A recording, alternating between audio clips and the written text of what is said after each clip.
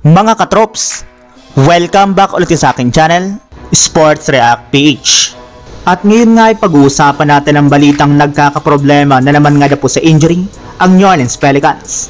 Pag-uusapan na rin nga natin dito sa ating panibagong video, ang lumabas na good news ngayon patungkol sa Los Angeles Lakers.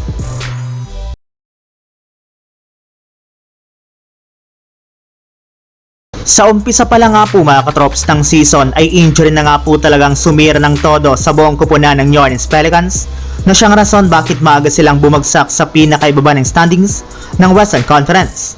At kahit man nga po papalapit na tayo sa kalagitnaan ng regular season ay hindi pa rin nga po talaga sila tinatantanan ng ganitong mga klaseng problema dahil ayon nga po sa kalalabas pa lang na balita, inaasahan nga na po na mawawala sa kanilang team and definitely ang kanilang center na si Herb Jones matapos nga po itong magtamo ng injury sa kanyang kaliwang balikat.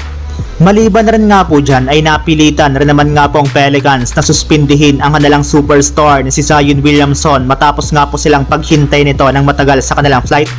Kaya mukhang grabe pa rin nga po talaga ang pinagdaraan ng problema ngayon ng New Orleans Pelicans.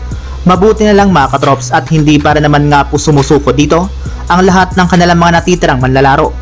Sa katunayan, sa kabila nga po ng pagiging sobrang undermanned ng lineup ng Pelicans, ay nagawa pa rin nga po nilang maipanalo ang kanilang game laban sa Philadelphia 76ers ngayong araw sa score na 123-115 sa paunguna nga po ni CJ McCollum na nagtala dito ng 38 points. Samantala, punta naman tayo sa ating sunod na pag-uusapan sa lumabas na good news ngayon patungkol sa Los Angeles Lakers. Kagaya nga po ng napag-usapan natin mga katrops, pinospone na nga pong muli ng NBA ang laro ng Lakers bukas ng umaga laban sa Spurs bunsod pa rin sa nangyayaring wildfire sa lugar ng Los Angeles. May ilang mga miyembro na rin naman nga po ng Lakers ang sobrang naapektuhan dito, kagaya na lamang ni Coach JJ Redick na ginawang busy na lang ang kanyang sarili sa basketball upang makarelax sa kabila ng nangyayari ngayon sa kanilang lugar.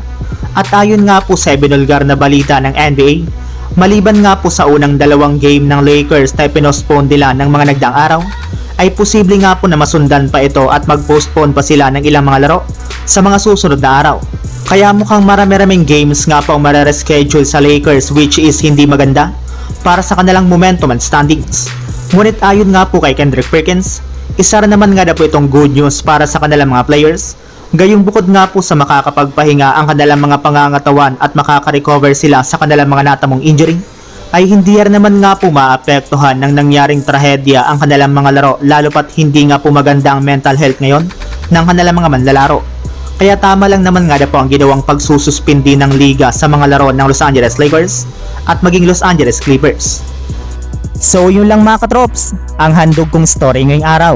Sana nag-enjoy kayo, please like and subscribe my YouTube channel, Sports React PH para sa iba pang story at update patungkol sa NBA. Kita-kits muli sa ating susunod na video.